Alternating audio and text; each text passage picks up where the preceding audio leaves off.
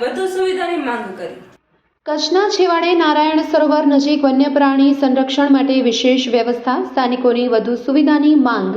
કચ્છના છેવાડે આવેલું પવિત્ર તીર્થધામ નારાયણ સરોવર દેશભરમાં એક મહત્વપૂર્ણ ધાર્મિક તથા પર્યટન સ્થળ તરીકે ઓળખાય છે।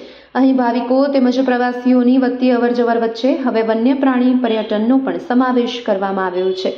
ગુજરાત વન વિભાગ દ્વારા સખત તપાસ અને આયોજન બાદ લખપત તાલુકાના છેવાડાના કનોજ ગામથી માત્ર 5 કિલોમીટરના અંતરે વન્ય પ્રાણી માટે વિશેષ સ્થળાંતર વિસ્તાર વિકસાવવામાં આવ્યો છે।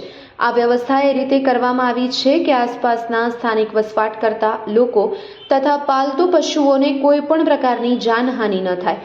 વન્ય પ્રાણીના સંરક્ષણ માટે ગુજરાત ફોરેસ્ટ વિભાગ દ્વારા આશરે 26 મીટર લાંબી મજબૂત દિવાલ અંડરગ્રાઉન્ડ બાઉન્ડ્રી બનાવવામાં આવી છે। આ વિસ્તારમાં દીપડાઓ જેવા ભયજનક વન્ય પ્રાણીઓને પશ્ચિમ ફોરેસ્ટ વિભાગના કર્મચારીઓ દ્વારા સંપૂર્ણ તકેદારી અને સુરક્ષા સાથે રાખવામાં આવી રહ્યા છે।